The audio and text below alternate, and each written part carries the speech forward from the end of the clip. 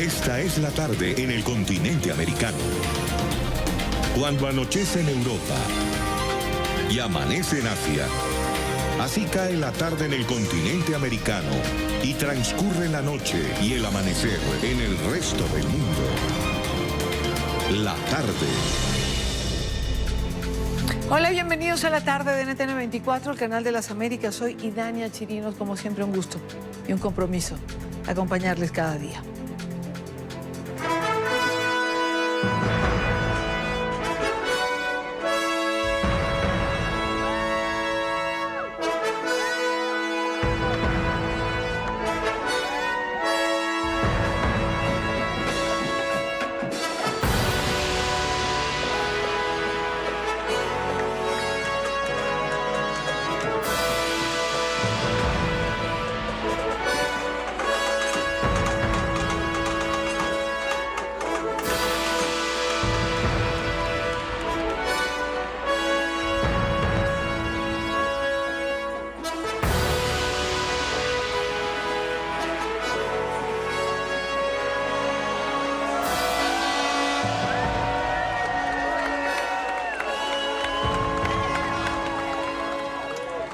Estados Unidos celebra hoy un inusual día de la independencia.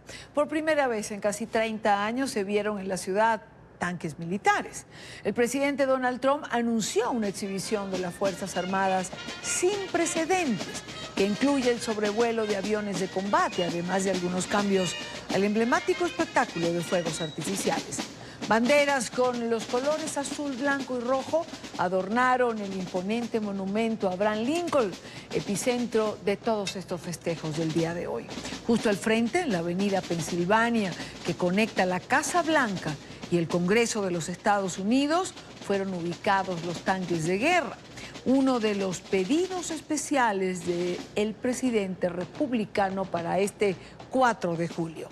Por centenares se contaban los espectadores en las aceras de la emblemática vía llamada la Calle Principal de América para disfrutar de este espectáculo. El presidente Trump tiene previsto ofrecer un discurso en el Memorial de Lincoln esta tarde, algo que ningún presidente ha hecho en muchísimas décadas.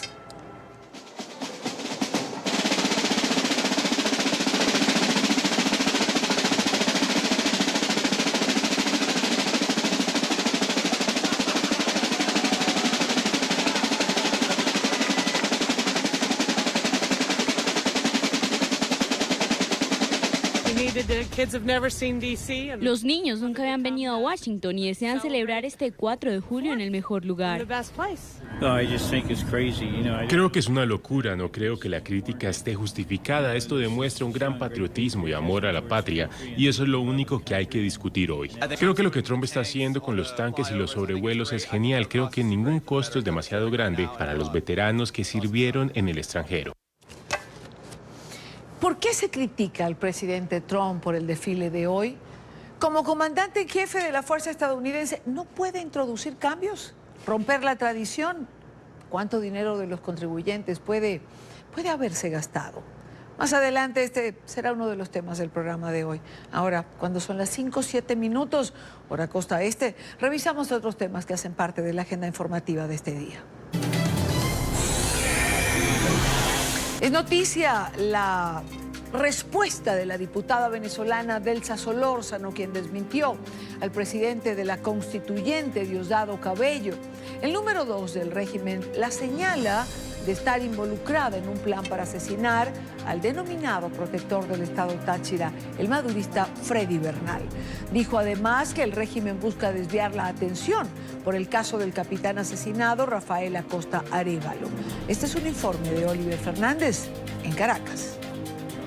Según Diosdado Cabello, José Gregorio González, supuesto simpatizante de la MUD y expreso político, habría sido contratado por la diputada Delsa Solórzano para asesinar a Freddy Bernal. Este señor mantenía contactos telefónicos, muchos contactos telefónicos con la señora Delsa Jennifer Solórzano Bernal. Eso no es mentira, pues. O sea, lo que él está diciendo está sustentado en su teléfono. A lo que la diputada Delsa Solórzano calificó como una olla, un invento para desviar la atención de lo verdaderamente importante, el asesinato del capitán de corbeta Rafael Acosta Arévalo el pasado martes. Lo importante, el cadáver de Acosta Arévalo no ha sido entregado hoy. Fiscal Tercera Nacional, basta de burlas con la familia, basta. La autopsia médico-legal, el reconocimiento médico-legal se filtró ayer y la publicó Últimas Noticias. ¿Qué dice ese documento que filtró Últimas Noticias? Dice que lo mataron a golpe. La diputada Solórzano aseguró que la versión es al contrario. José Gregorio González sí la contactó, al igual que al diputado Renzo Prieto, pero para advertirles que presuntamente colectivos del régimen lo habían contactado para asesinarla. Se lo dice en esta nota de voz. Le estoy pasando esta notica de voz porque voy a hacer, como le dije, le acabo de decir a la diputada Delsa, voy a ser directo. Me están ofreciendo un dinero para que la mate a ella y mate al diputado Renzo Prieto. Hoy yo estuve conversando porque yo tengo el número de él y le informé y él me dice sí que ya había recibido una amenaza sobre eso. Pero hay más. José Gregorio González, asustado por no haber cumplido con el régimen, pidió ayuda a la secretaria de la Comisión de Política Interior del Parlamento. Lo hizo a través de este video. Y le señala que tiene mucho miedo porque como no nos asesinó a Renzo y a mí, lo están amenazando de que lo van a matar a él. Ese señor, mírenlo aquí, es la misma persona. Envía este video al día siguiente. Buenas tardes, señora Naremí. Le pido perdón por esta insistencia nuevamente. De verdad le necesito su ayuda. Necesito que se comunique con Delsa. Necesito que se comuniquen con María Corina, con cualquiera. Por favor, necesito su ayuda. Me acaban de decir que me están buscando los colectivos.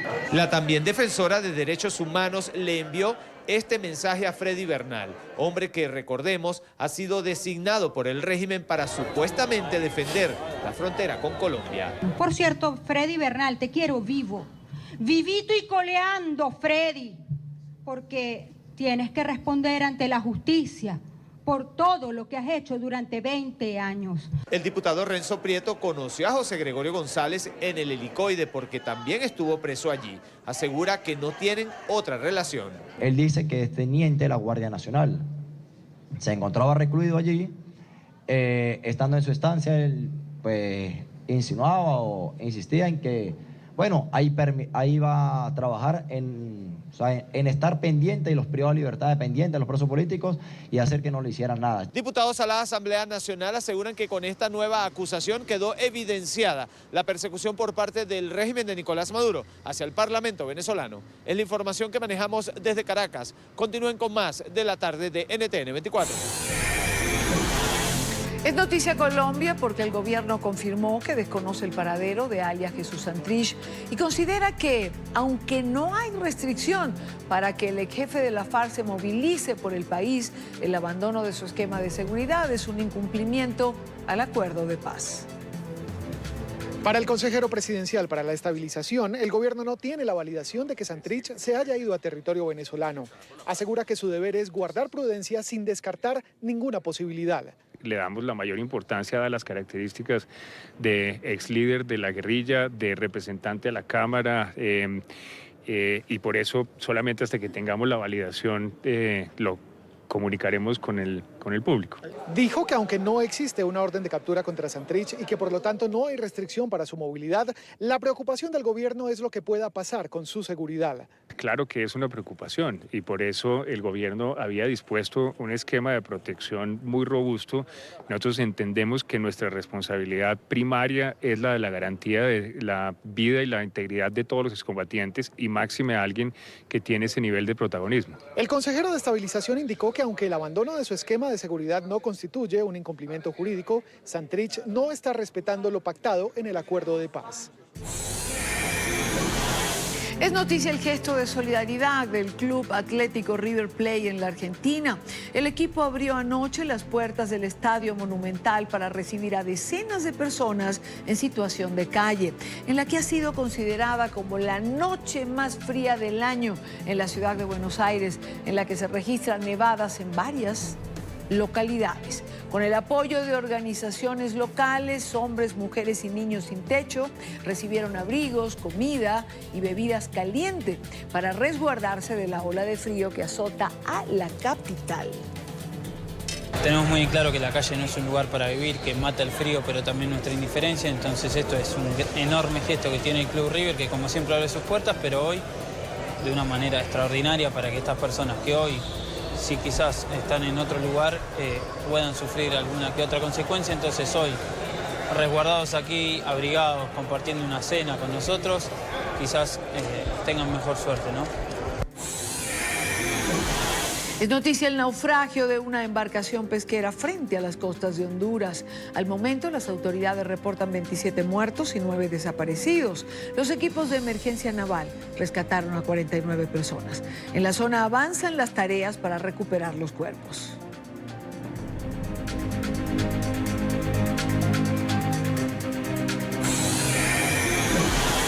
Es noticia México, donde elementos de la Policía Federal adelantan hoy un paro nacional.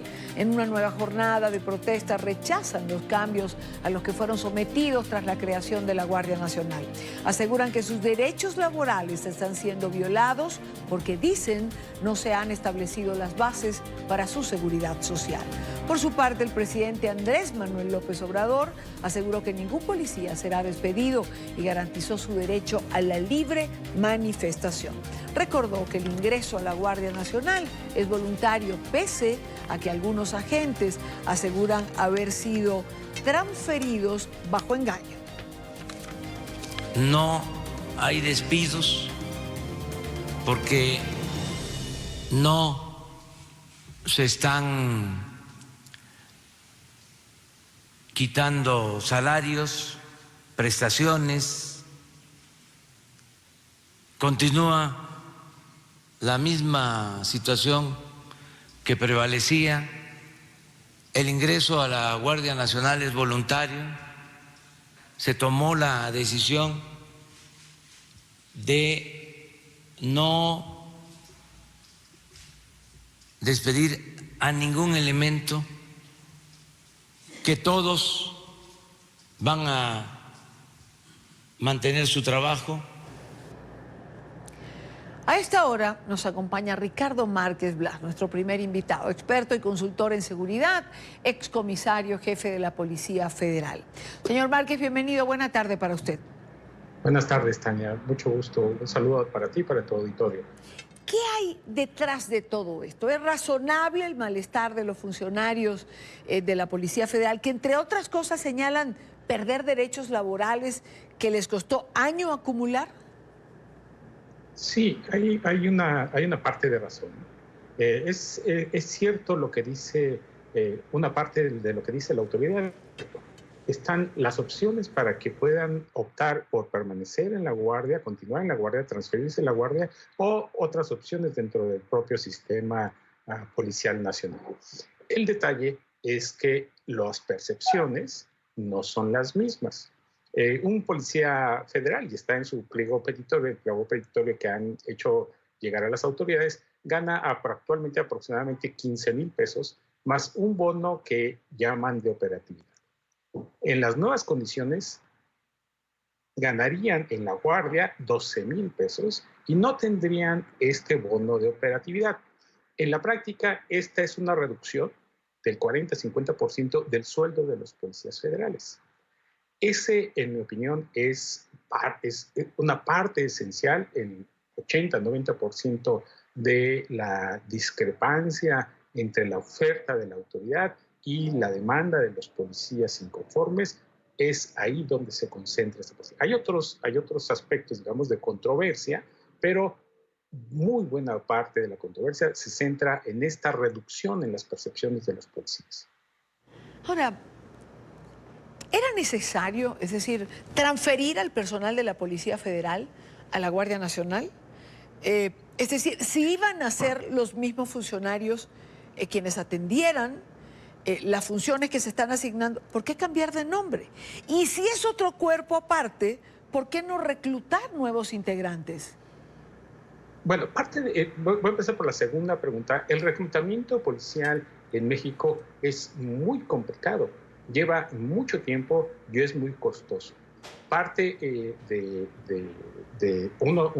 parte de la dificultad es lo que llaman el proceso de control de confianza, que si bien forma parte de otras evaluaciones y de otras pruebas que se hacen en otras policías, el punto clave ahí es el examen poligráfico, el conocido como detector de mentiras. En el esquema policial nacional es de aplicación generalizado, pero generalizado hasta el policía más bajo, de más bajo nivel, hasta el policía que desarrolla las funciones menos peligrosas, como puede ser el policía de tránsito, el que está en un crucero dirigiendo el tránsito, hasta ese debe tener evaluaciones de control de confianza y particularmente el polígrafo. Es lo que hace muy complicado el reclutamiento, la selección y la evaluación. Por darte un dato, hace 10 años pasaba uno de cada 10 que aspiraban a ingresar a la policía, tanto a la Policía Federal como a las estatales y las municipales, pasaba uno de cada 10. Ahora se ha elevado un poco el porcentaje, pasa uno de cada 3. Pero, de todas maneras, sigue siendo muy complicado reclutar nuevos policías. Y desde luego, si tienes, como tiene el actual gobierno, un ambicioso plan para crear un nuevo organismo con 150,000 elementos, pues eso te tomaría décadas, no años. Entonces, esa es la prisa porque elementos que ya cuentan con control de confianza, como los elementos de la Policía Federal, se incorporen a la nueva Guardia Nacional. Claro, pero... Si era necesario un nuevo organismo, yo creo que no, pero no era necesario porque policías federales y policías y el ejército y la marina hacen patrullajes cotidianos todos los días. En Michoacán tuvieron enfrentamientos con el crimen organizado, con narcotraficantes, y en otras partes del país también. En mi opinión no era estrictamente necesario, pero así quedó. La conformación de un nuevo organismo así quedó de acuerdo a nuestras reformas legales y ahora tiene que hacerse de esa manera. Esa es parte de la complicación, porque se necesita la Policía Federal, independientemente, y no es poco, que la Policía Federal es la mejor policía, la más capacitada, la que tiene la mejor opinión en términos de evaluación ciudadana en el país. Pero, a ver, si tiene la mejor evaluación ciudadana, si es la mejor, ¿por qué desmantelarla? Es decir, ¿por qué transferir funcionarios si algo que opera y tiene la aceptación, que es bastante en México, ¿por qué? ¿Por qué desmantelarla? ¿Por qué sacar sus funcionarios para llevarlos a este otro cuerpo que al final creo que nadie tiene muy claro si era necesario o no era necesario?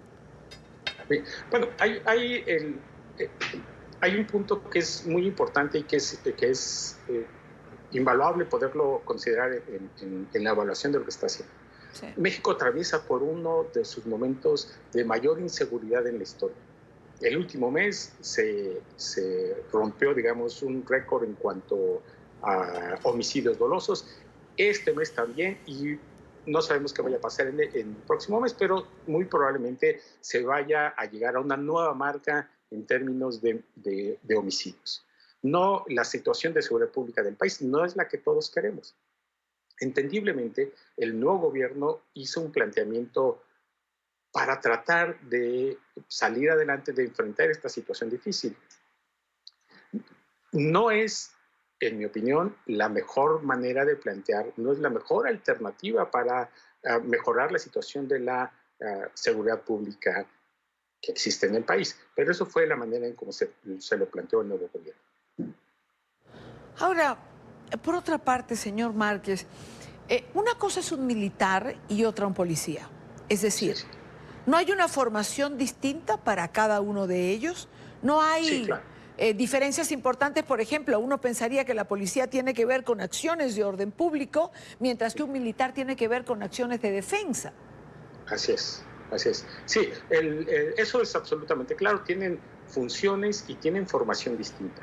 El anterior secretario de la Defensa Nacional, hace un par de años o año y medio, fue muy claro en el sentido de que ellos no estaban preparados, los integrantes del Ejército, los integrantes de las Fuerzas Armadas, no estaban preparados para el tema de seguridad pública. Sin embargo, tenían que participar en labores de seguridad pública porque así lo requería el país, porque así lo requería las necesidades del país. Y desde luego no es lo mismo. Y en el tema de las funciones policiales, pues están claramente distinguidas de las funciones que corresponden a las Fuerzas Armadas. Aún así, de todas maneras, al iniciar esta nueva administración, al iniciar este sexenio, había aproximadamente 63,000 elementos de las Fuerzas Armadas en funciones de seguridad pública y que venían a complementar desde hoy los esfuerzos de la Policía Federal, de las policías estatales y de las policías municipales. Pero tienes toda la razón, no es lo mismo.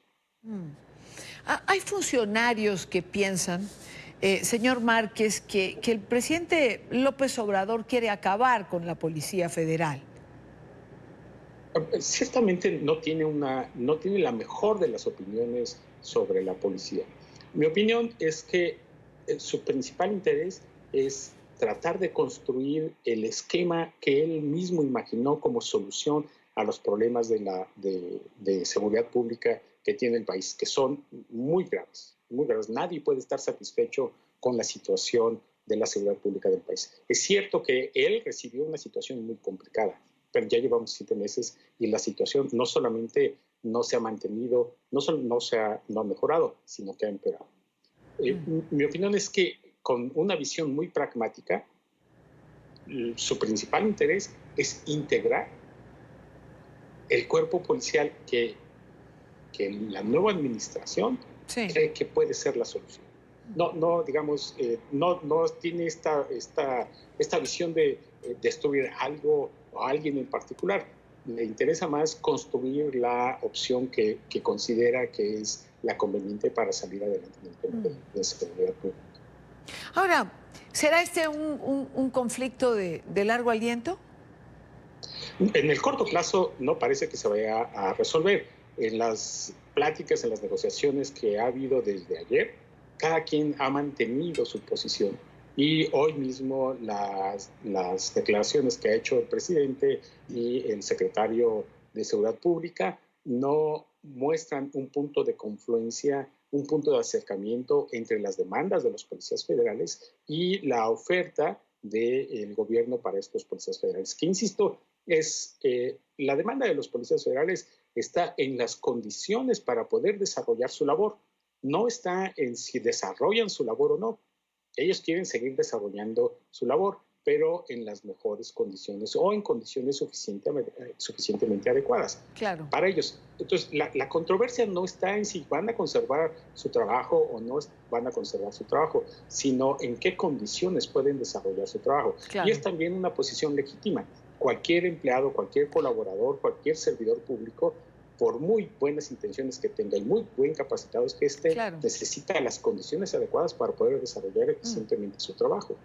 Claro, evidentemente. Además se quejan de que hubo mucho secretismo en relación a esto, que nunca se les habló claro, que no se les plantearon las condiciones en que se iba a producir esta transferencia. En fin, la Policía Federal está en huelga, está en la calle y pareciera que por ahora no hay solución. Ricardo Márquez Blas, experto, consultor en seguridad, excomisario de la Policía Federal. Gracias por acompañarnos. Muchas gracias. Muy buena tarde.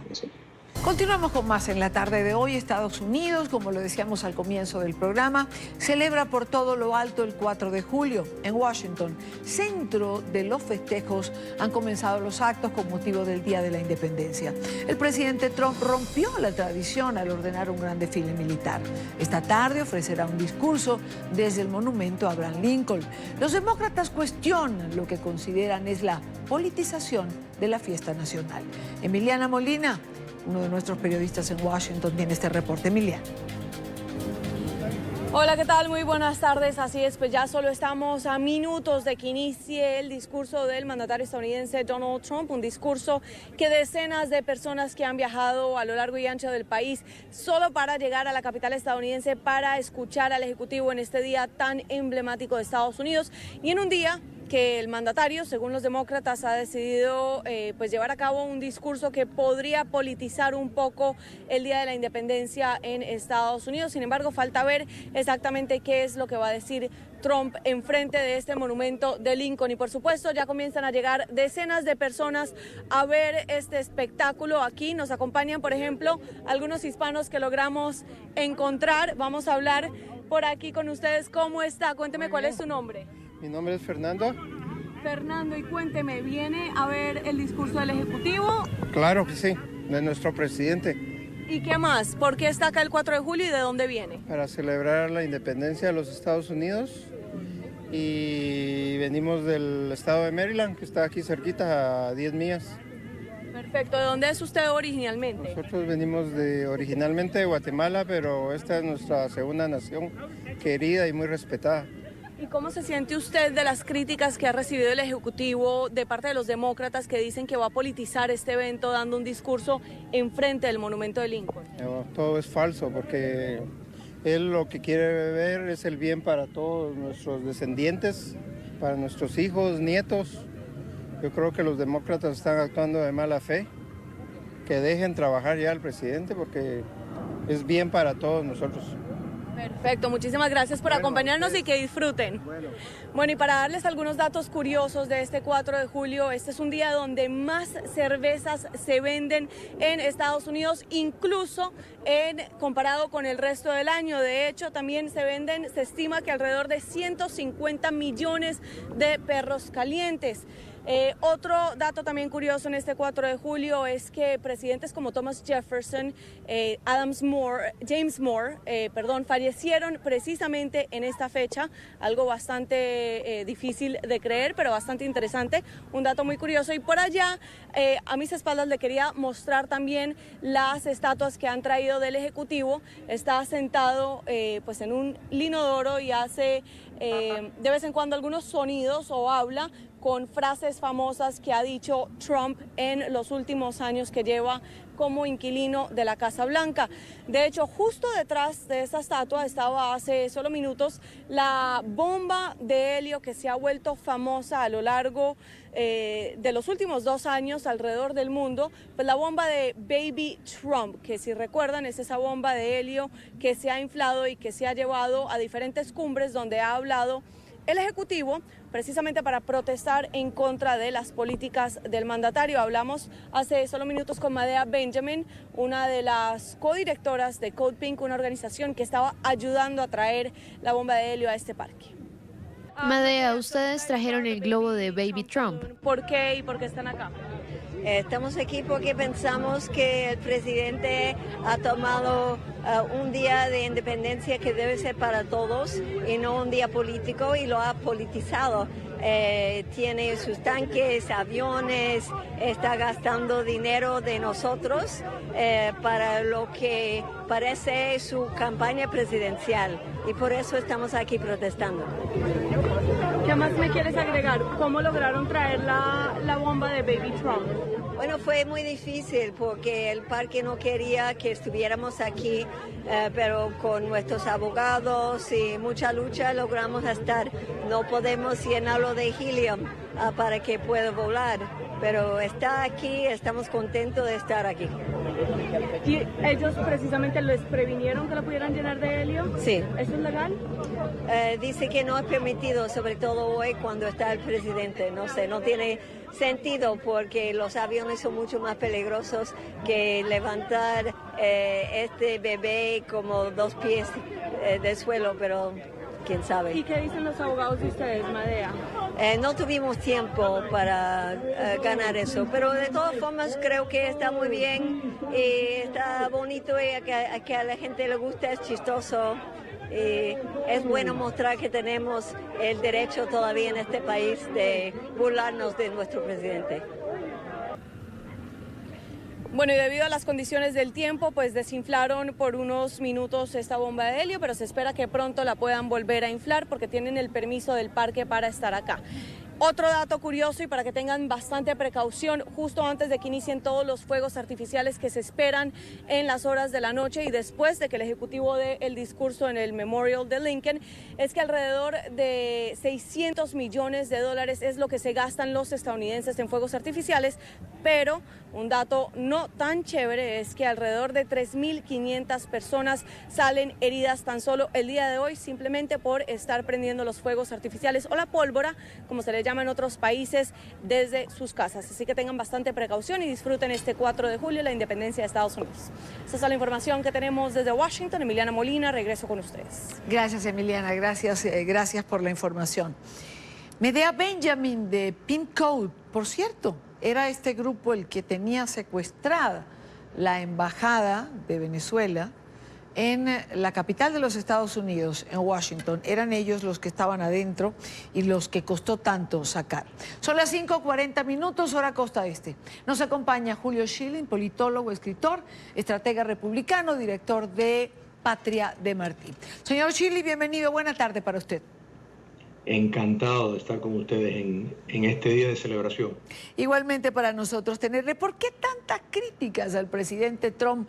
Porque decida efectuar cambios dentro de lo que ha sido la tradición de este día. Yo creo que tu pregunta es muy sensata, porque es un día que estamos celebrando la independencia del ensayo democrático más exitoso en la historia. Hay precedentes, por ejemplo, el presidente John F. Kennedy en su inauguración tenía no tanques sino cohete en su parada de inauguración. El presidente Dwight D. Eisenhower en sus dos inauguraciones pues también tenía tanques. El presidente Macron en Francia en el Día de la Bastilla también tienen tanques. Mira, la independencia que estamos celebrando hoy se ganó con las armas. Fueron con las armas que se ganó la guerra al nacionalsocialismo alemán en Europa, al fascismo italiano. Se utilizaron armas para combatir y aportar a la caída del comunismo soviético, a ganar la guerra contra el terror. Entonces, pues, estamos escuchando muchas clamaciones de que se está politizando. Bueno, la independencia, el Día de la Independencia es un acto patriótico y es un acto político. Todo presidente, pues claro, se beneficia en cierto sentido de el evento que está ocurriendo, pero el escuchar organismos que en efecto apoyan actos de terrorismo y que violentan la ley, como el Code Pink, por ejemplo, que bien señalaste, estaban ocupando la embajada soberana de Venezuela, que en este momento pues está ocupado por el castrocomunismo y por el títere de dictador Maduro, pues Code Pink apoya esos movimientos. Entonces me parece que ellos son poco aptos para hablar de libertad y realmente están ahí, tienen el derecho de estar ahí, pero están ahí, no hay celebración de la libertad y el manifiesto de libertad, que es la Declaración de Independencia, sino para protestar a esta administración porque naturalmente con su apego a la libertad, con su apego al patriotismo y a la gran nación, está elevando esos estándares de patriotismo, pues claro, les choca enormemente con la agenda de promover ideas de la izquierda radical. Pero, señor Schilling, usted ha dicho es un acto patriótico y es un acto político y el presidente que está de turno se beneficia de él. Pero quizá una de las críticas que se hacen es a la intervención del presidente, porque esto no ocurría desde hace muchísimo tiempo. A ese discurso que evidentemente o pensamos e imaginamos que va a ser político.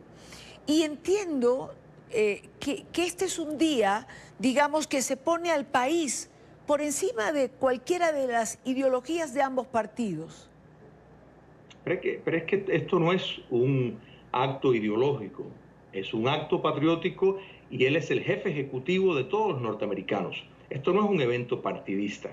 Entonces, precisamente, ¿quién mejor que el primer jefe ejecutivo del gobierno de los Estados Unidos que representa a todos los estadounidenses, que se dirija a la nación y que tome parte en estas festividades? Es lo más normal. Es más, yo diría, ojalá que otras administraciones como la anterior pues lo hubiera hecho. Sería un enorme simbolismo de apoyo al proceso.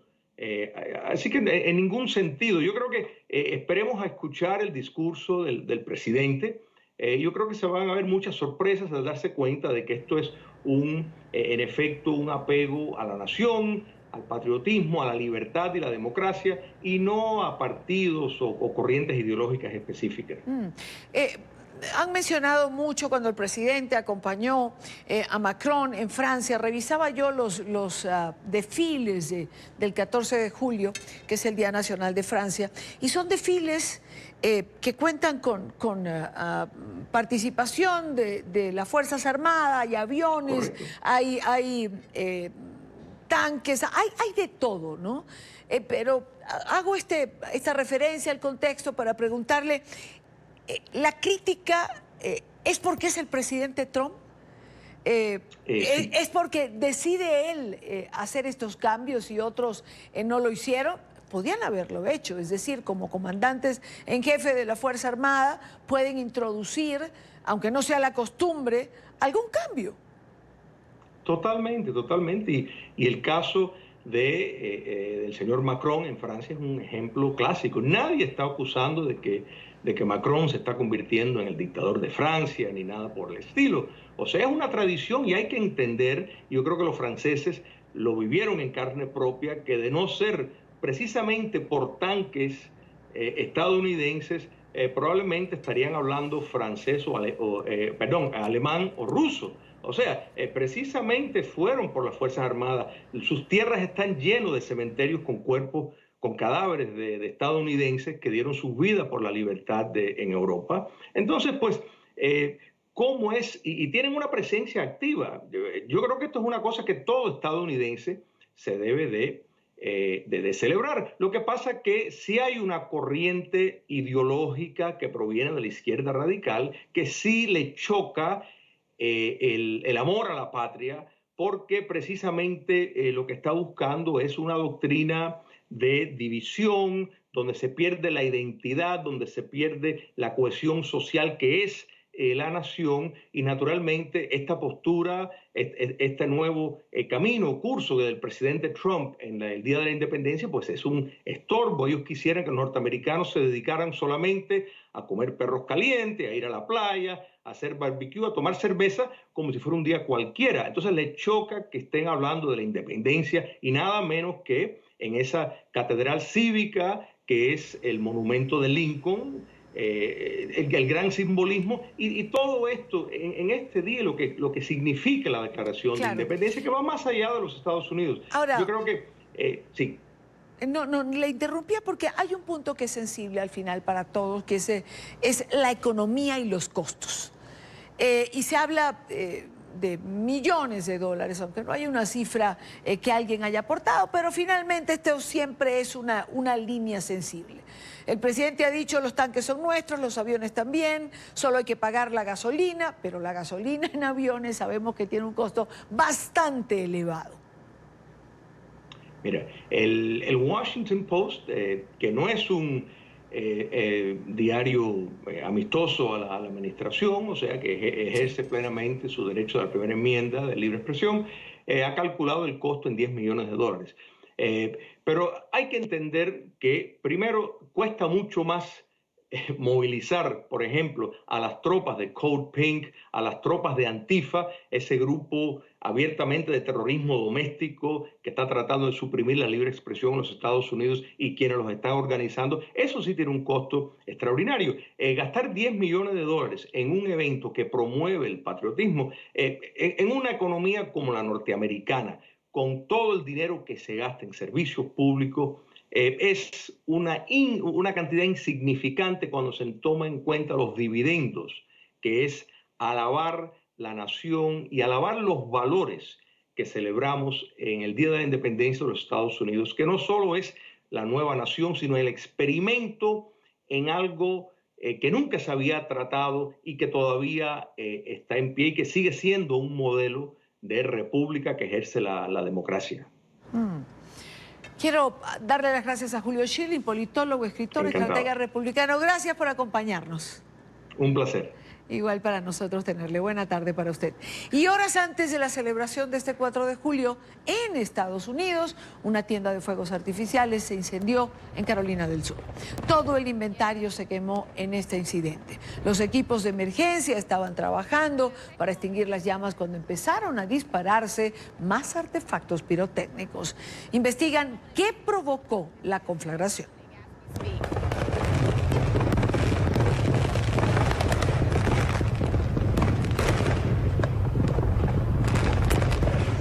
Y el Día de la Independencia es tradicionalmente una jornada en la que miles de extranjeros logran obtener la ciudadanía estadounidense.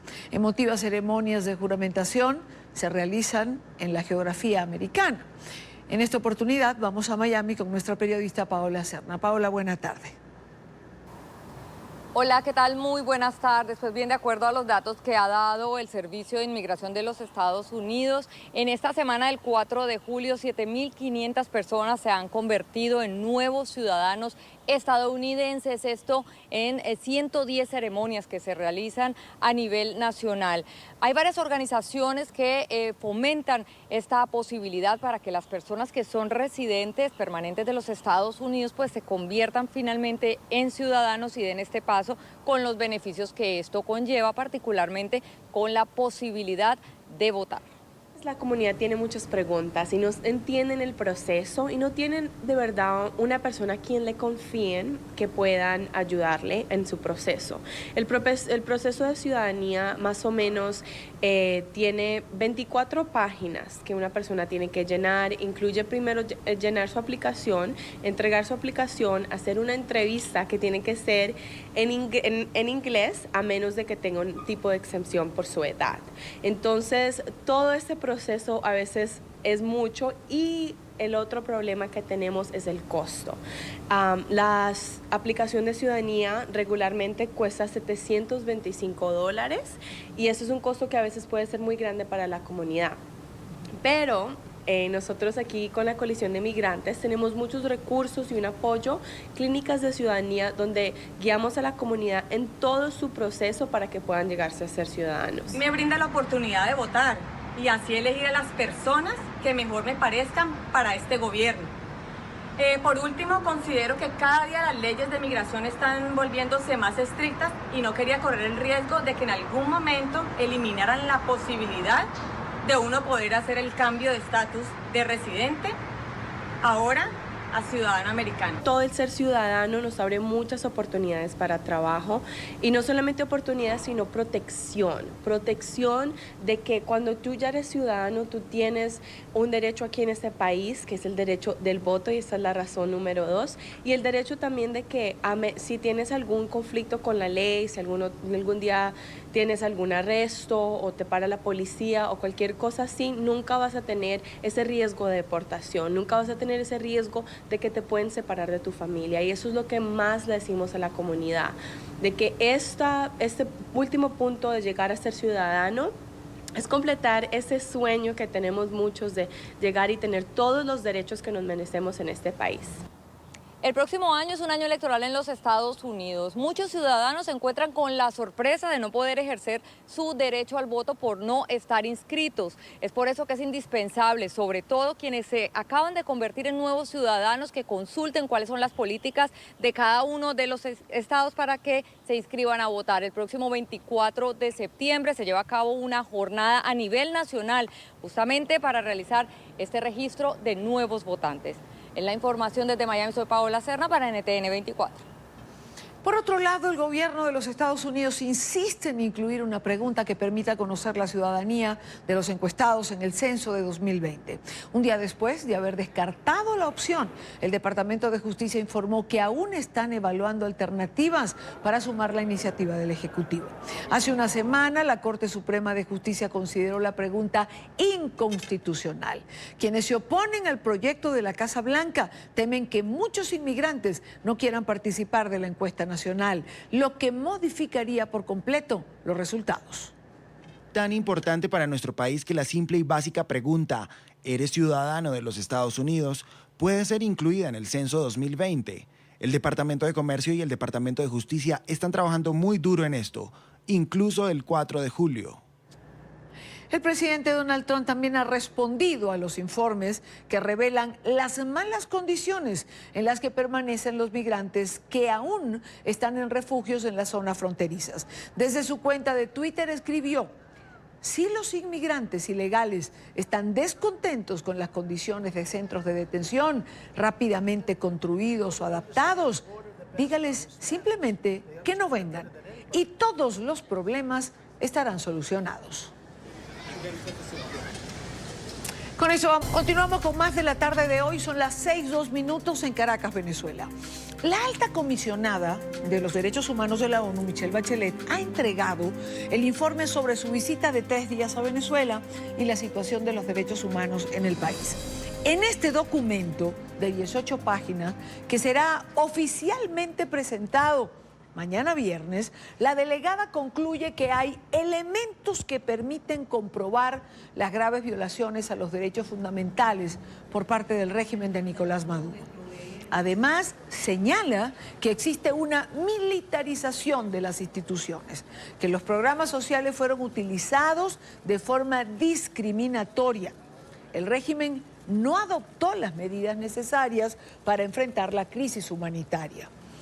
Existen, continúa el informe, persecuciones por motivos políticos y ejecuciones extrajudiciales. Organizaciones no gubernamentales como Human Rights Watch le han exigido a Michelle Bachelet entregar el reporte a la Corte Penal Internacional para que se enjuicie a Nicolás Maduro por violación a los derechos humanos. Nos acompaña a esta hora Tamara Sujú, representante diplomática de Venezuela ante la República Checa, activista por los derechos humanos y directora del Instituto CASLA. Tamara nos atiende cuando está por salir al aeropuerto, cosa que le agradezco. Tamara, bienvenida. Hola, buenas tardes, Irania, ¿cómo estás? Bueno, viendo este informe que se ha hecho público, ¿ya has tenido la oportunidad de darle una primera lectura? He tenido tiempo de como decimos nosotros, echarle un ojo, ¿no? Una primera lectura. Me parece que lo comentamos una vez en tu programa, de que es un informe esperado porque lo realiza un equipo técnico que conoce muy bien lo que está sucediendo en Venezuela, Idania, ¿no? Es decir, el equipo técnico del antiguo alto comisionado que produjo 2 informes contundentes y del antiguo, o sea, es un equipo que siempre está en esas oficinas y conoce muy bien las realidades, lleva lo que es detenciones arbitrarias, la relatoría contra la tortura, todos trabajan en conjunto para realizar este informe, por eso que yo decía que había que esperar el informe técnico, porque ellos tienen muy claro la realidad, aparte de que estuvieron trabajando en el terreno. Ahora bien,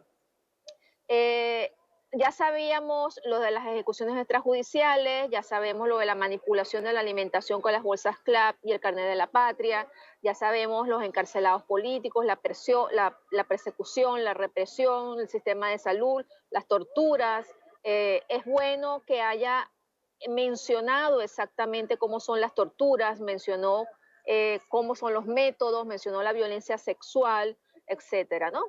Lo que quiero criticar en este sentido es, primero, que la nota de prensa dice que espera que quienes tienen el poder de cambiar las cosas puedan coincidir para solventar la crisis.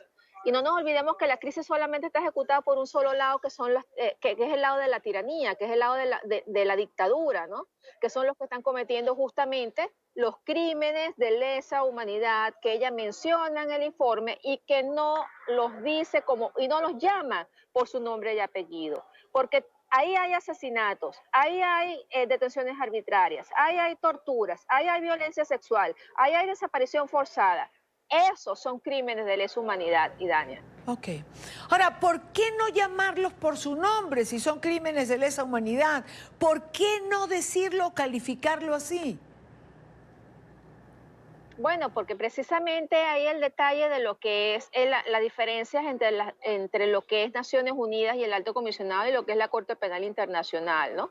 Es decir, a los organismos internacionales que no son la Corte Penal Internacional, ellos pueden hacer referencia de que hay posibilidad de que se haya cometido crímenes de lesa humanidad, pero quien califica el crimen de lesa humanidad es la propia Corte Penal Internacional cuando determina que son crímenes de lesa humanidad, pero ellos pueden, como hizo el alto comisionado anterior, decir que posiblemente se cometieron crímenes de lesa humanidad sin calificarlos. A la señora Bachelet, por supuesto, le correspondía hacer esto en el informe, ya que además es 3 veces peor de los informes anteriores del alto comisionado, porque han sucedido cosas peores a medida que ha pasado el tiempo.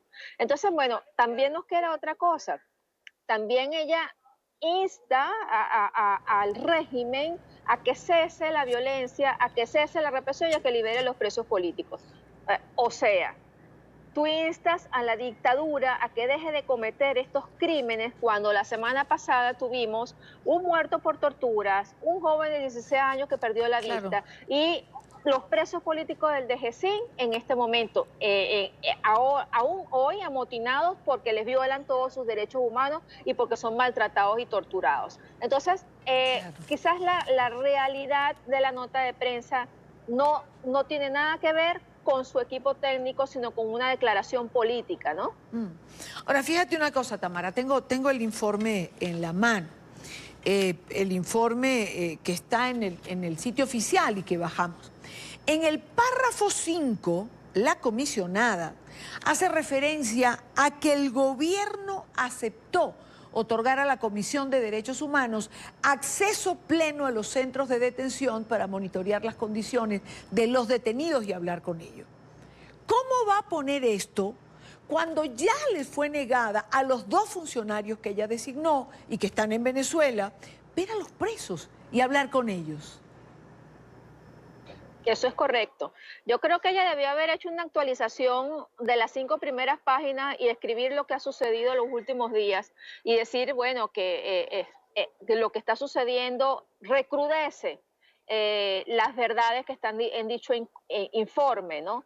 Porque ella sabe que la tiranía no le va a permitir acceder a los centros de torturas, porque ahí están los torturados que le van a contar la verdad. Entonces es insólito, ¿no? Esta declaración de que nos permita que entremos a los centros de tortura, por Dios.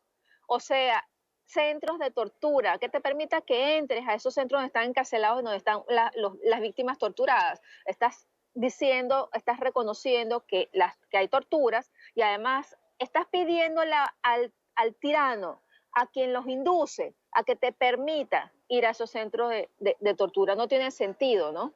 Claro, claro. Yo creo que pudo haber sido, Idaña, mucho más contundente la declaración política de la alta comisionada.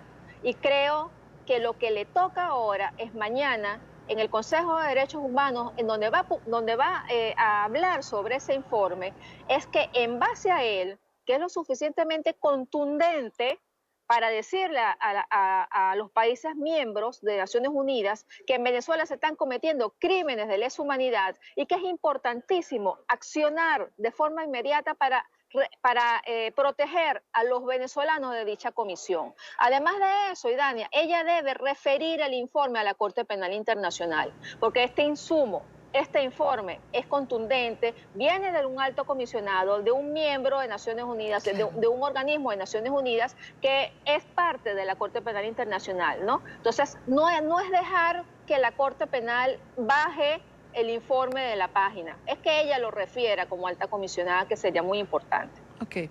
Ahora, Tamara, ¿cabe la posibilidad de que esto se publique un día antes y de alguna manera se mida la reacción política en torno a este informe y que la señora Bachelet recomponga su intervención? Es decir, como señalas, tenga un discurso político más fuerte el día de mañana. Yo pienso que mañana ella debería hablar sobre lo que sucedió la semana pasada. Así como ha puesto varias informaciones en las redes, así como ha exigido a la tiranía investigación cuando sabemos que no hay un sistema de justicia imparcial, cuando sabemos que los que fueron acusados, Idania, no es ni siquiera primero no es la cadena de mando de la tortura, y además de eso que ya se vio la total parcialidad del sistema de justicia venezolano cuando no califica el crimen con tortura. como lo dice la ley venezolana y como lo mandan las convenciones internacionales. ¿Por qué no lo hace? Porque el crimen de la tortura tiene una cadena de mando que es inducida y por eso no nombra la tortura cuando precalifican el delito a los dos imputados. Aparte que quiero mencionarte una cosa, Idania, yo tengo la información de que los dos imputados son dos chinitos de Recadi, porque esos no son los verdaderos torturadores. Todo el mundo conoce cuáles son los nombres de los verdaderos torturadores y ni siquiera los tocaron. Bueno, para nuestra teleaudiencia, Recadi fue un sistema de cambio donde se cometió fraude y el único culpable fue un chinito. Por eso decían siempre el chinito de Recadi. Ahora, yo creo, Tamara, que nadie en Venezuela ni fuera está pensando que estos dos muchachos de 23 y 24 años hayan sido los culpables de la muerte del capitán Acosta Arévalo. Creo que estamos claros en eso, sobre todo después de conocer cómo quedó ese cuerpo, aunque no lo hayan entregado a los familiares. Tamara, el Instituto Casla registra más de 500 víctimas de tortura. ¿Tantos venezolanos forman parte de esa lista? Mira, yo estoy seguro que son muchos más, Idania. No nos olvidemos que hay muchas víctimas que han sido torturadas con muchas otras personas. Tú obtienes los testimonios de quienes te declaran, pero esa persona te dice, yo fui torturado con 20 personas más, yo fui torturado con 50 personas más en un campo encerrado dentro de una guarnición militar, a donde todos recibimos palos, golpes, a todos nos echaron gases lacrimógenos. Entonces, cuantificar los venezolanos que han sido víctimas de torturas durante su detención, aunque su detención haya durado 24, 48, 72 horas, son torturas siempre cuando está bajo custodia del Estado. Cuantificarlas, yo creo que no vamos a poder nunca. Es igual a decir que podemos cuantificar cuántos han sido heridos, cuántos han sido los venezolanos heridos por la tiranía, ¿no?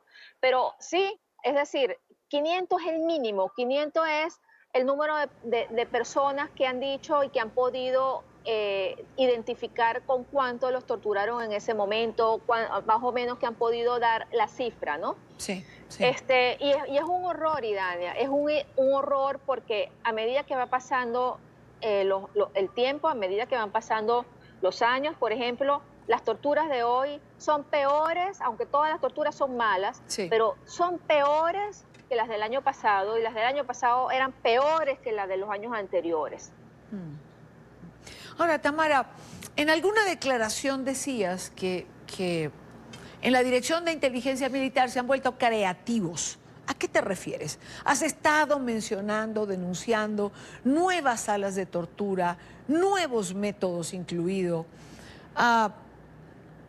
¿Qué hay? ¿Qué más tienes? Bueno, porque parece que causar el dolor que causaban con los métodos y en los lugares anteriores no les basta, ¿no?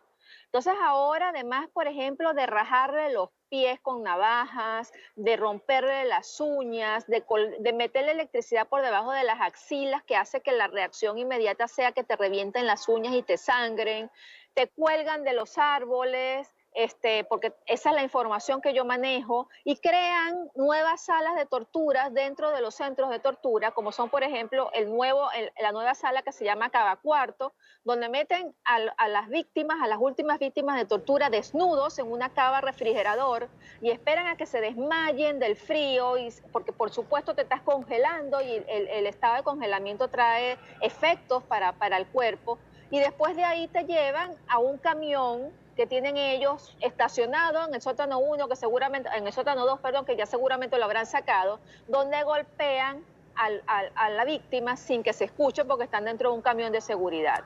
Esas son cosas que antes no veíamos, igual que no veíamos los centros clandestinos de tortura, donde torturan DGCIN, FAES, colectivos y cubanos. Tamara, una última pregunta.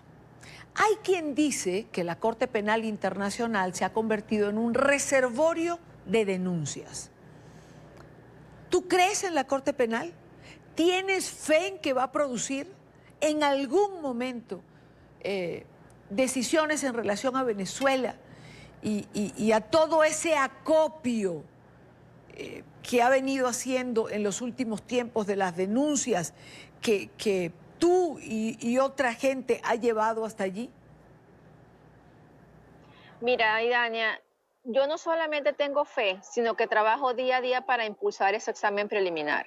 Si yo no creyera en la justicia y no creyera en la justicia imparcial y no creyera en un organismo máximo, que como es la Corte Penal Internacional, que es el máximo tribunal penal internacional que existe, no trabajara de forma en la que creo, o sea, no trabajara para suministrarle todo lo que va surgiendo para alimentar ese examen preliminar. Yo estoy segura de que ese examen preliminar va a avanzar muy pronto. Va a avanzar, por supuesto, a las siguientes fases, ¿no? Ahora, la Corte Penal no va a sacar a Maduro, Idania, no lo va a sacar, pero sí va a hacer justicia con toda la cadena de mando, desde Maduro para abajo, todos los que han al máximo nivel inducido a que en Venezuela se hayan cometido crímenes de lesa humanidad. Son las 6:17, hora costa este. Quiero agradecer a Tamara Sujú, directora del Instituto CASLA, por estar con nosotros en la tarde de hoy. Gracias y espero que no pierdas el avión por estar aquí en NTN 24. Buena tarde. Muchas gracias a ti, Dania, y buenas tardes. Buenas tardes, Tamara. Diversas reacciones se han generado tras la divulgación del informe de la alta comisionada para los derechos humanos en la ONU. Entre ellas, por ejemplo, tenemos la de la eurodiputada española Beatriz Becerra. Escribe en su cuenta de Twitter: lo que se concluye de este informe sin ningún género de dudas es que los hechos comprobados y descritos coinciden con la causa por crímenes de lesa humanidad presentada ante la Corte Penal hace más de un año contra Maduro y su línea de mando. Se dirige a los criminales responsables de las atrocidades descritas como gobierno y autoridades y les pide a los que oprimen, torturan, persiguen, encarcelan y matan de hambre y miseria a la población que se lean el informe. Es de una indignidad aberrante. Pero lo peor, señora Bachelet, es que se atreva a reiterar que lo suyo no es política y que son derechos humanos, que es la Declaración Universal, sino el marco político supremo de todos los países del mundo que lo suscribimos. ¿Para qué cree que sirve su mandato si no para exigirlo?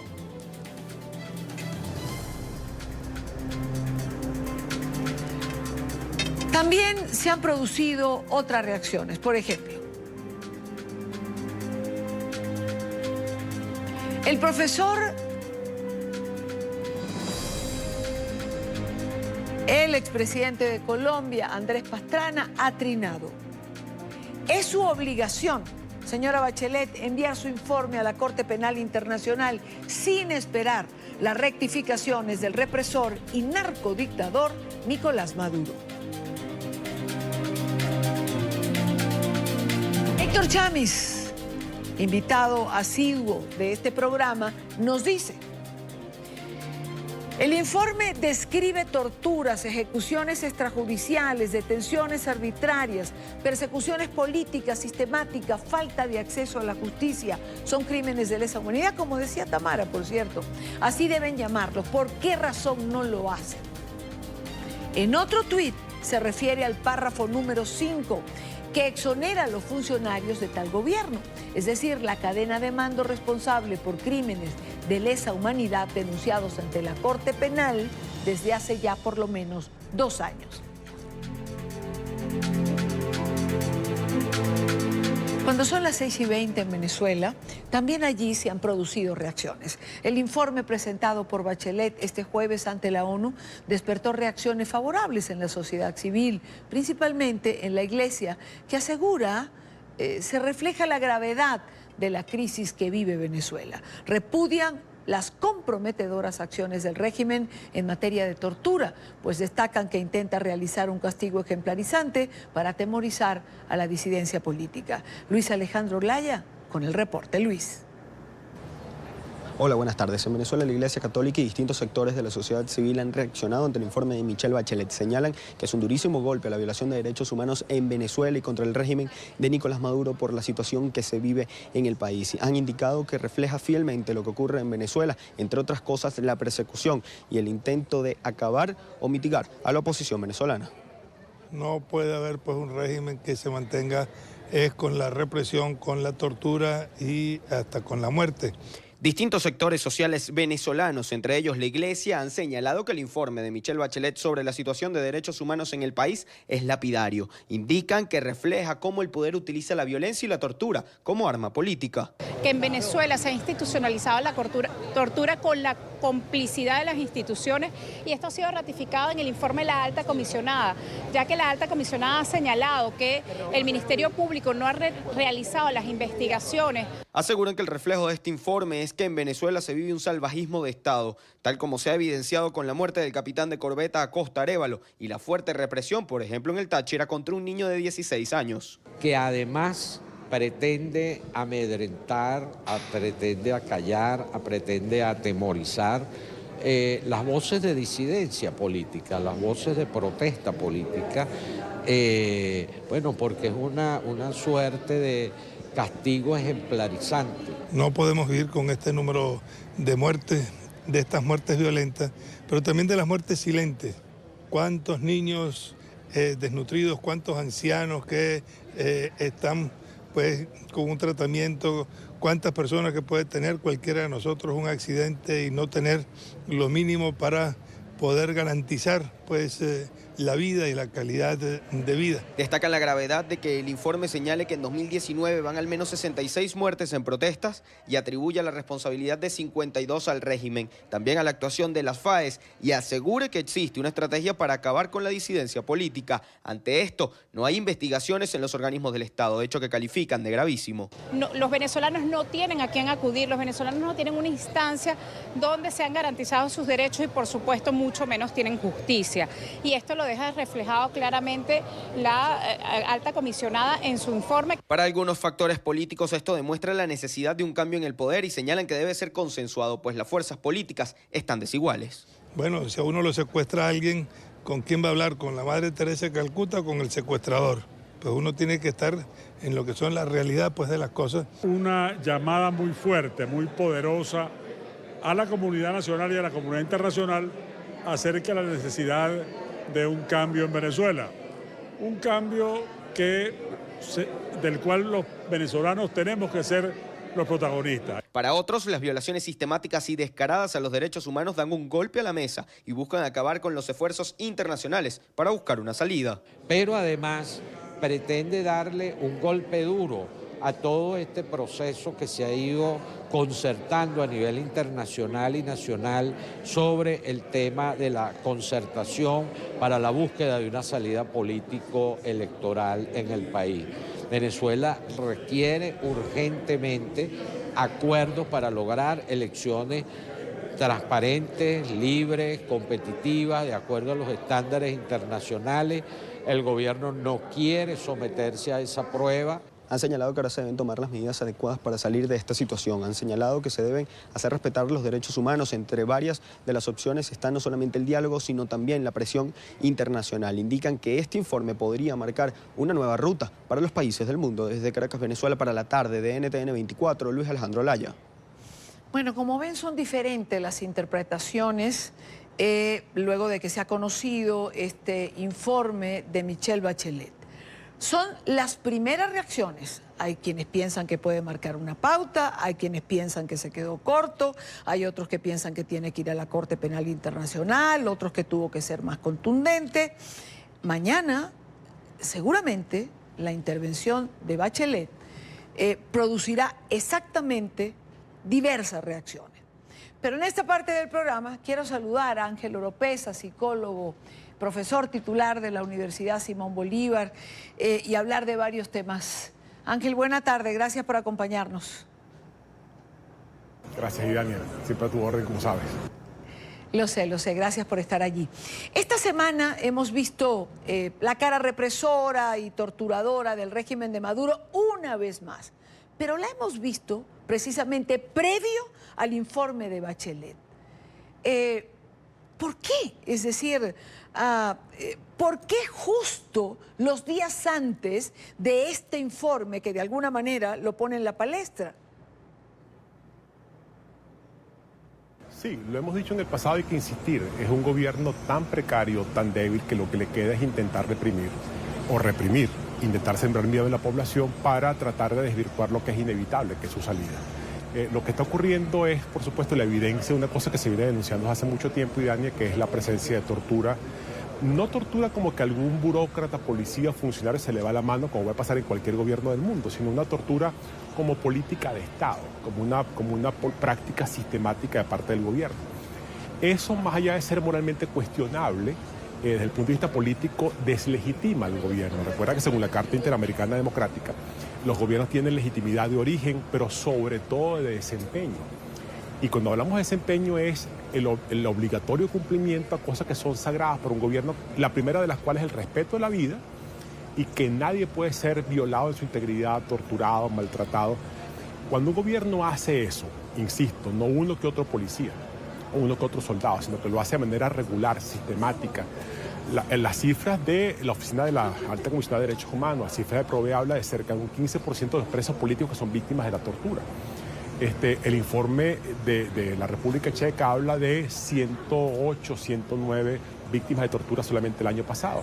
O sea, hablamos de una política sistemática. Cuando esto ocurre, entonces la legitimidad de desempeño, que otra vez justifica la existencia de un gobierno, empieza a caerse. Entonces, esto es grave otra vez. Primero porque evidencia, digamos, la falta de sostenibilidad, de sostén moral del régimen, pero además lo deslegitima políticamente. Ahora, otra vez, estas cosas son para generar miedo, para generar desesperanza, para generar desánimo en la población. Esa es la estrategia del gobierno. La estrategia nuestra es seguir insistiendo. O sea, otra vez, esto es continuar, perseverar, insistir, porque cuando tienes la razón, es asunto de tiempo que al final logres imponerla. Ahora, Ángel, ¿estas acciones son una afrenta, un reto a la comunidad internacional, un decirle no me importan lo que piensen o lo que digan? Es un desconocimiento, es un reto, es una afrenta, quizás no voluntaria. Yo imagino que el régimen de Maduro no le gustaría, si pudiera no hacerlo, cometer estas cosas y afrontar, por ejemplo, a la señora Bachelet o a los países de la comunidad internacional, pero es que no le queda más remedio. O sea, no tiene otra forma. Es un gobierno, insisto, tan precario que lo que le queda es el apoyo de la represión, el apoyo del miedo.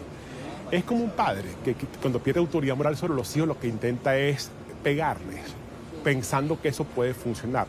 Eso durante un tiempo puede que medio funcione, pero a la larga se demuestra que es inútil. Entonces, por supuesto que es una afrenta, pero es una afrenta no voluntaria, no intencional, pero es que no le queda otra cosa. Es un gobierno que lo que le queda agarrarse solamente de eso. Ok.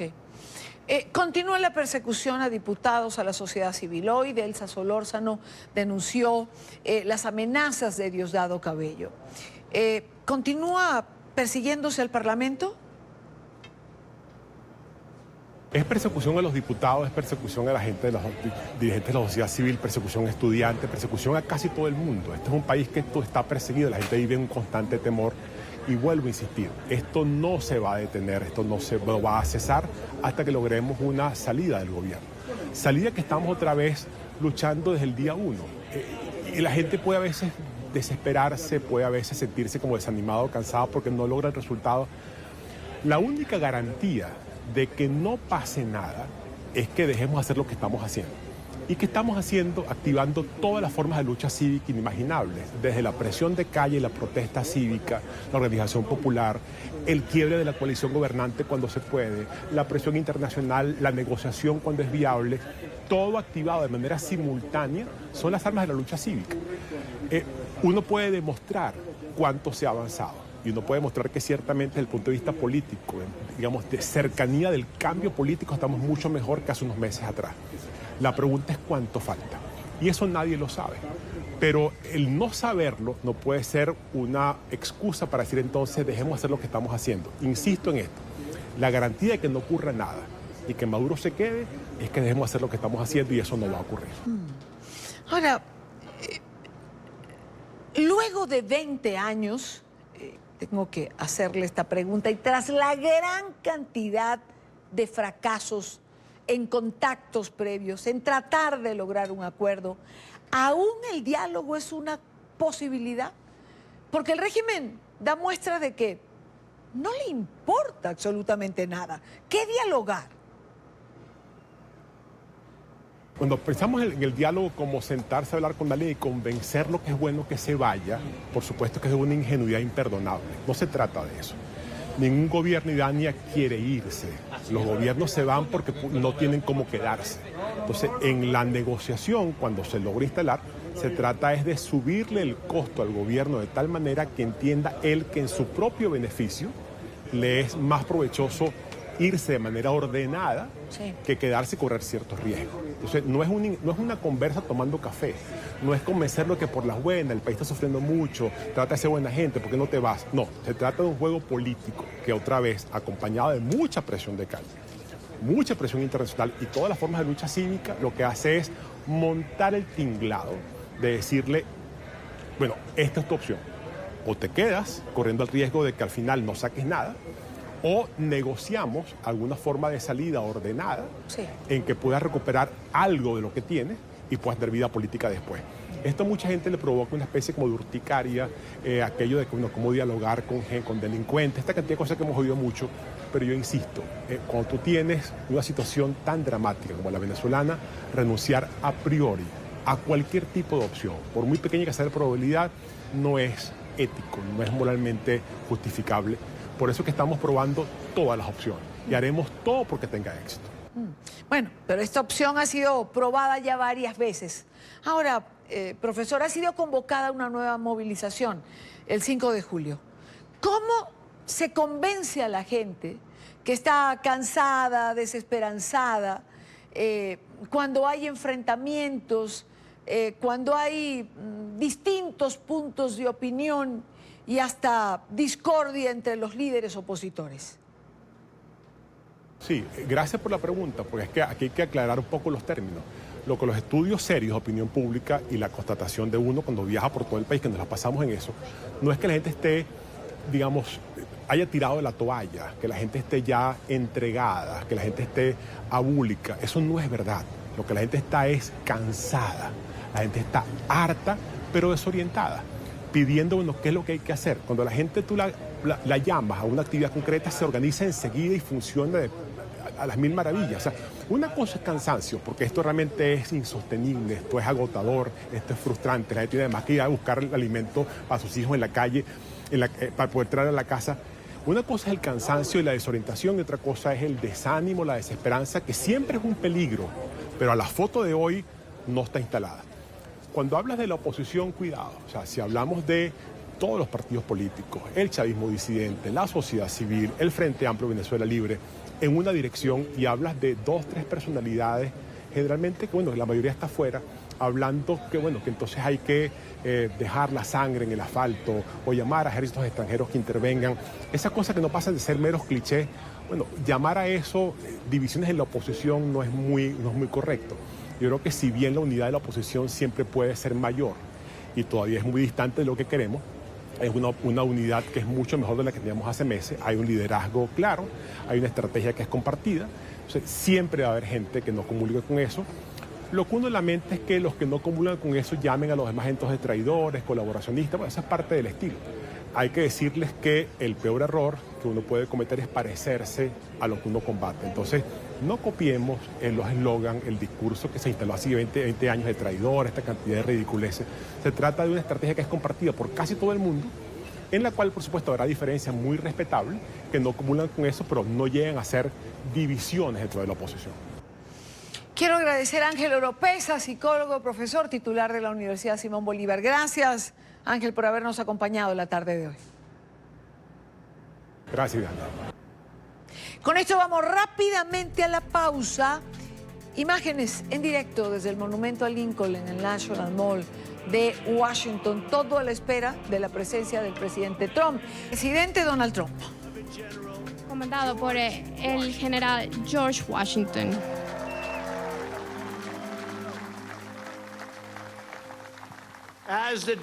Mientras los delegados debatieron la declaración en Filadelfia, Washington y el ejército miraron a Manhattan, mientras los británicos estaban haciendo su trabajo, los británicos vinieron con su infantería. El mensaje de Washington fue mantenerse firme. Él escribió El destino de millones de personas que no han nacido depende ahora solo de Dios. Y la conducta de ese ejército, nosotros ahora vamos a resolver conquistar o morir.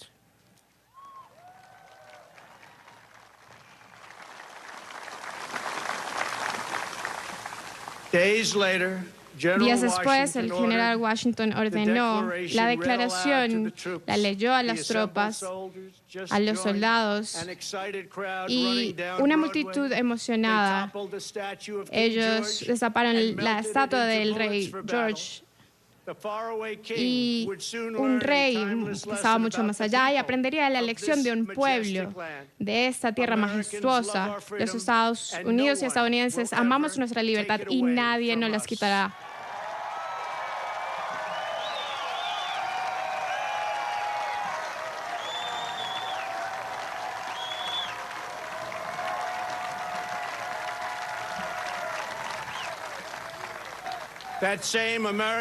Ese mismo espíritu estadounidense de nuestros fundadores se mantiene fuerte en nuestra historia hasta este día.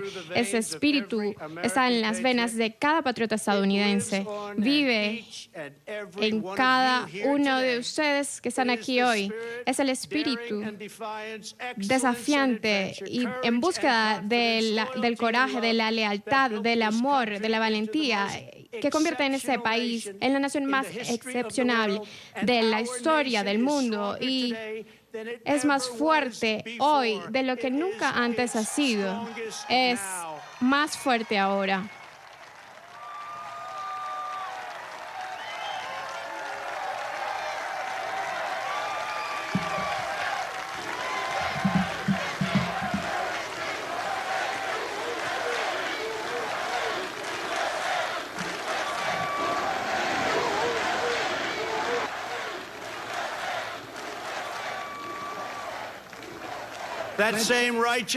Ese mismo espíritu forzó a nuestra Constitución y nos llevó a Lewis and Clark y a su espíritu y la expedición para cruzar el continente. Llevó a otros a un viaje al oeste y mantener ahí sus reclamos en un frente salvaje.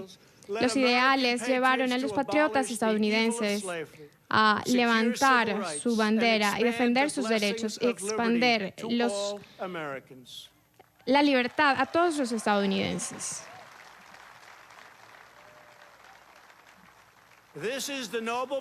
Este es el propósito noble que inspiró a Abraham Lincoln a dedicar nuestra nación a la libertad y resolver que siempre tendríamos un gobierno para y por el pueblo.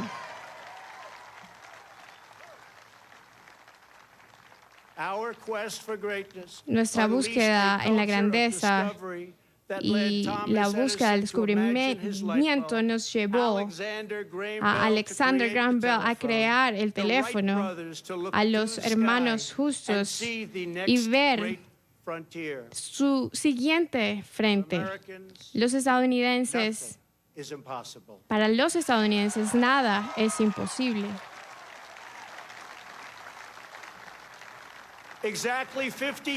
Hace exactamente 50 años atrás en este mundo, el mundo nos vio como íbamos al espacio y plantamos nuestra bandera estadounidense en la luna. Medio siglo después, estamos emocionados esta noche de tener al director de la NASA que llevó ese control durante ese viaje, Gene Kranz.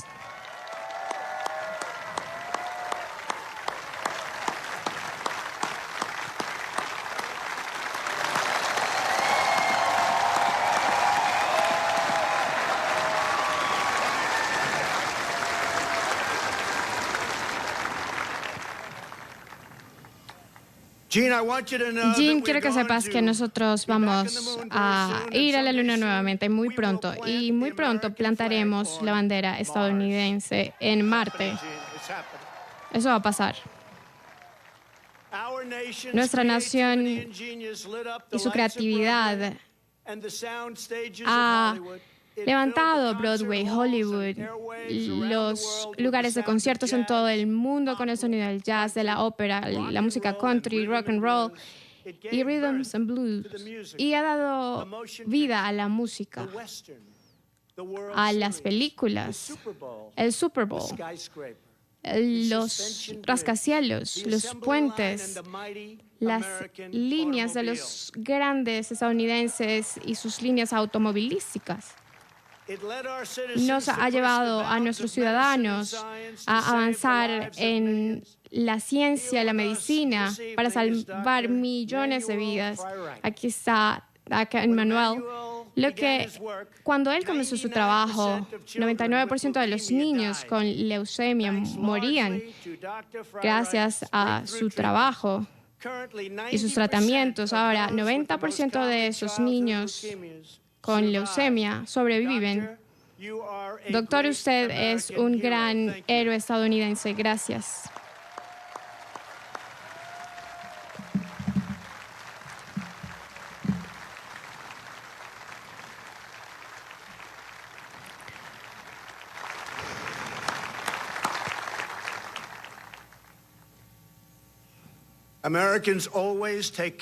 Los estadounidenses siempre cuidan unos de los otros.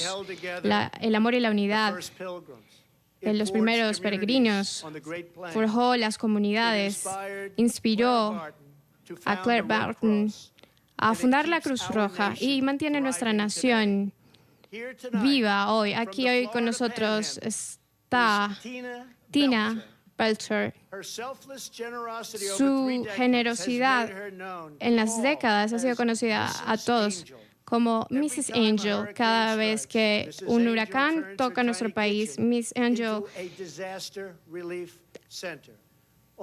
levanta un centro que ayuda a las personas afectadas. En el huracán Michael, ella ayudó a miles de personas. Mrs. Angel y su gran corazón nos inspira a todos. Gracias.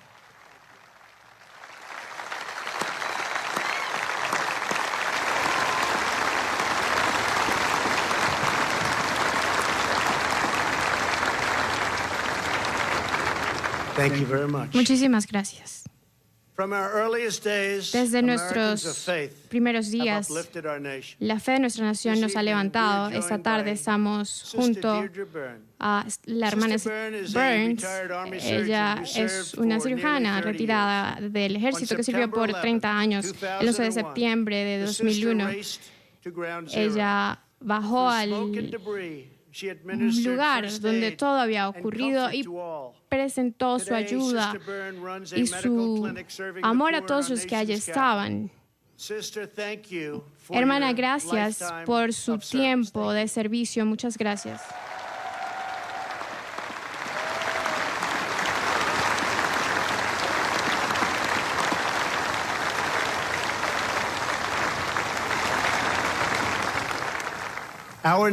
Nuestra nación siempre ha servido a los héroes que sirven en nuestras comunidades, los socorristas, bomberos, ICE, la patrulla fronteriza y a todos los hombres y mujeres valientes de las autoridades. En este 4 de julio, nosotros rendimos tributo especial a la milicia y a sus miembros, quienes dan su vida por nuestra nación. Nosotros estamos conmovidos al estar en la presencia de familias con estrellas de oro que apoyan ese sacrificio supremo. Gracias, gracias.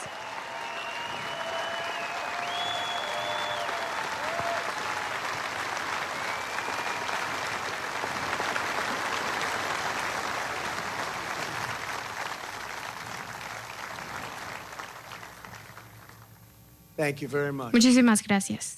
A través de nuestra historia, nuestro país ha sido hecho por grandiosos ciudadanos que luchan por la calidad y la justicia hace unos 100 años. Un movimiento pasó a los miembros del Congreso dándole a las mujeres el derecho a votar.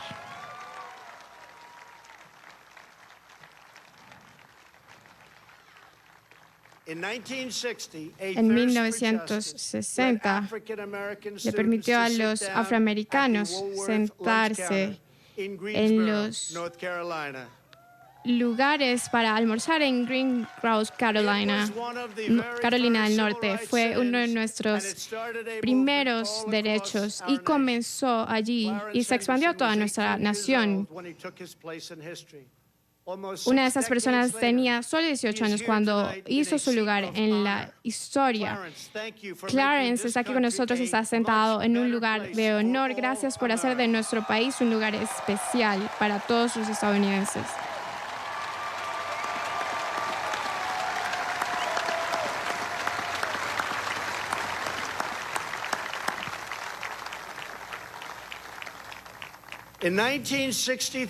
En 1963, Martin Luther King Jr. estuvo aquí en estas mismas escaleras y llamó a nuestra nación a luchar y a permitir que la libertad reinara para cada uno de los ciudadanos en toda nuestra tierra.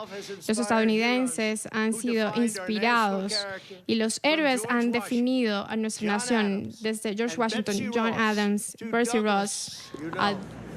Habla el presidente Trump como parte de la celebración de este día 4 de julio, Día de la Independencia de los Estados Unidos. Por supuesto, vendrán los análisis después de la intervención del presidente, si tuvo un tono político o no en nuestra emisión estelar. Mucho más de esto. Nosotros llegamos al final de la tarde de hoy. Gracias por habernos acompañado. Mañana a la misma hora, como siempre, para compartir, debatir, analizar la agenda informativa del día. Buena tarde.